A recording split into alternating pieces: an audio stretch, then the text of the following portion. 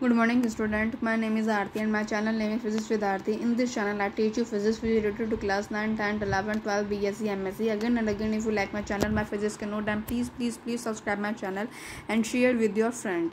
Again and again, क्योंकि notes are most important for exam के purpose. उसी की बेस पर आपको मार्क्स मिलता है और उसी की बेस पर आपकी डिवीज़न क्लैरिफाई होती है. So for exam purpose notes are most important. Again and again जिसने मेरे इस चैनल में फिजिक्स रिलेटेड वीडियो देखी है उसे पता है कि मेरी क्लास BSc MSc की एक book atomic and molecular physics चल रही थी, जिसमें से कि मैंने आपसे ये कहा था कि मैं अपनी नेक्स्ट वीडियो में टॉपिक शुरू करूँगी. तो so without any wasting of time let's begin start.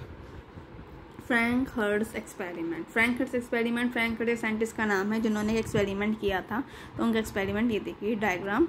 और ये Franck and Hertz in 1914 performed a series of experiment. उन्होंने एक एक्सपेरिमेंट किया था to measure the excitation potential. Excitation कहते हैं उत्तेजन, पोटेंशियल कहते हैं विभव of atom of different element, of atom के डिफरेंट एलिमेंट के. दीज एक्सपेरिमेंट शो डायरेक्टली, ये एक्सपेरिमेंट ये शो करता है दैट इन एन एटम में distinct energy level do exist. An atom में डिस्ट्रिक्ट एनर्जी लेवल होते हैं.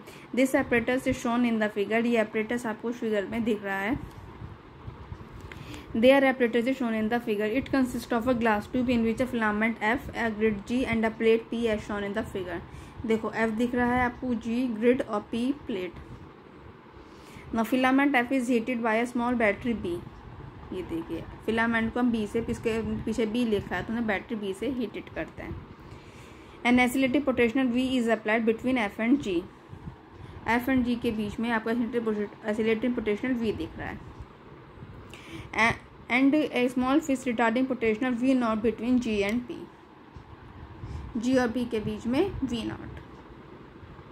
The electrons are emitted from the hot filament are oscillated between F and G by the potential V. जब हम electron को heat करते हैं, यहाँ से देखिए, यहाँ से क्या निकल रहे हैं हमारे, ये जो ये जीरो करके जो माइनस कर रखा है इलेक्ट्रॉन है, इलेक्ट्रॉन निकल रहे हैं और यहाँ पे G तक आ रहे हैं. The electrons are emitted from the hot filament F are oscillated between F and G by the potential V, जो कि मैंने आपको दिखाया था, and retarded between G and P by potential V naught, जो कि आपको फिगर से भी दिखाया था मैंने. Thus only electron have energy, जिनकी एनर्जी ज़्यादा होती है greater than EV naught से. EV naught मतलब ये रहा हमारा V naught, EV naught से ज़्यादा होती है at G are able to reach P, वो P तक पहुँच पाते हैं. ये रहा P. ठीक. The current to P is recorded by ammeter A. ये रहा हमारे इसमें एमीटर A से हम इसको रिकॉर्ड करते हैं. The current is plotted against the oscillating potential which is gradually increased from zero. The curve obtained shows a series of regularly spaced peak. ये देखिए ये रहा हमारा पीक. पहली पीक VC पर, दूसरी पीक 2VC पर, तीसरी पीक 3VC पर. ग्राफ है हमारा करंट और oscillating potential V के बीच. ठीक. अब हम इंटरप्रिटेशन ऑफ कर्व करते हैं. Electron are emitted from F मतलब filament with a range of small energy. पहले छोटी एनर्जी की रेंज में निकलेंगे. In the beginning they acquire small addition energy निकलेगी EV, क्योंकि V क्या ले रखा था, पोटेंशियल ले रखा था on reaching G. Those electron whose energy is now greater than EV not. जिसकी इलेक्ट्रॉन की एनर्जी ग्रेटर देन होगी EV नॉट से, वो रीच P पर पहुंच पाएंगे. And the current is obtained, और करंट हमें मिलेगी.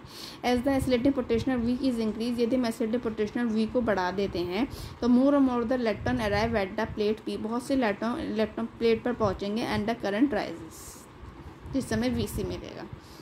ठीक. When the oscillating potential V become equal to the first oscillating potential VC, जो कि आपको फिगर से दिख ही रहा है. When the oscillating potential V become equal to the first oscillating potential VC of the gas atom, the electron energy is EVC. ये देखो EVC, अगर VC पे एनर्जी निकलेगी तो क्या होगी EVC. The electron can now suffer inelastic collision. देखो elastic collision होता है कि इलास्टिक. इलास्टिक क्या होता है कि जैसे रबड़ खींच, जैसे हम रबड़ को लो खींच दो तो वो दोबारा से अपनी कंडीशन में आती है, होती है इलास्टिक. और इन इलास्टिक क्या होता है प्लास्टिक. जिससे हम दोबारा से अगर तोड़ दें और फिर जोड़ने की कोशिश करें तो वो नहीं जुड़ेगा, तो उसे कहेंगे इन इलास्टिक. तो ये कौन सा कोलिजन को सफ़र करते हैं. The electron can now suffer inelastic collision with gas atom near the G के इसमें नियर में. And excite time to then energy level above their ground state. मतलब उनकी एनर्जी क्या हो जाती है, गिर जाती है. Excite them to one energy level above their ground state. पहले तो वो एक्साइटेड होंगे, नेचुरल सी बात है कि वो एक्साइटेड होंगे तो किसके, above their ground state. The electron which do so, दो इलेक्ट्रॉन ऐसा कर सकते हैं, लूज देयर एनर्जी, उनकी एनर्जी कम हो जाती है, and unable to reach P against the retarding potential V not, उनकी एनर्जी कम हो जाती है, hence the current drop sharply, जो करंट शार्पली ड्रॉप हो जाती है। देखो ये आपको ग्राफ से दिख रहा है, ये पहले ऊपर हुई और करंट ड्रॉप हुई, ये नीचे करी, ठीक। ये जो ऊपर से जाके नीचे जा रही है तो ये क्या है, करंट ड्रॉप हो रही है। देखो ये भी ऊपर से जाके नीचे गई, पहले ऊपर गई फिर नीचे गई, तो ये क्या होगी, ड्रॉप हो रही है, ठीक है, ड्रॉप शार्पली। दस the position of the first peak give the excited potential VC of the gas atom. जब वो ऊपर से जाके पहले ऊपर जाएगी फिर नीचे गिरेगी तो हमें क्या मिलेगा, पीक, और ये पीक किसमें मिल रही, वीसी, और ये ऊपर से जाके नीचे गिरेगी तो क्या 2vc, और ऊपर से जाके नीचे गिरेगी तो क्या 3vc,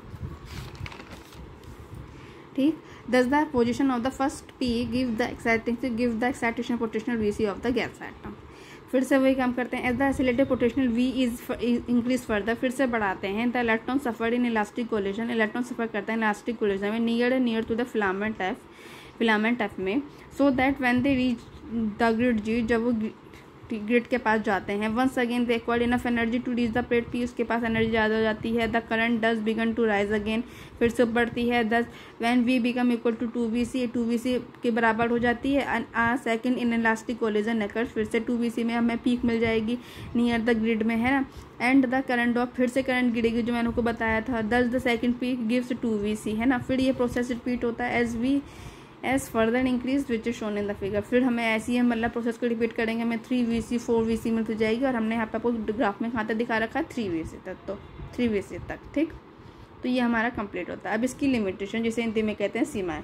देखो एटम है more than one excitation and again ionization potential. आपने जब ग्राफ देखा तो उसमें 2vc vc 3vc था, मतलब vc क्या एक्साइटेशन पोटेंशियल एक से ज़्यादा है।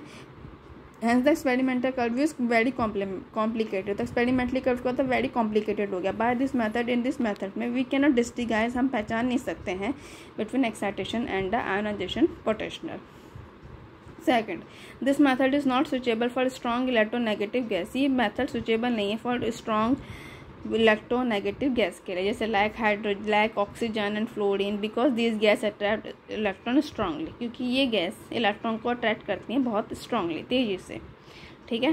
तो ये इसकी लिमिटेशन हो गई।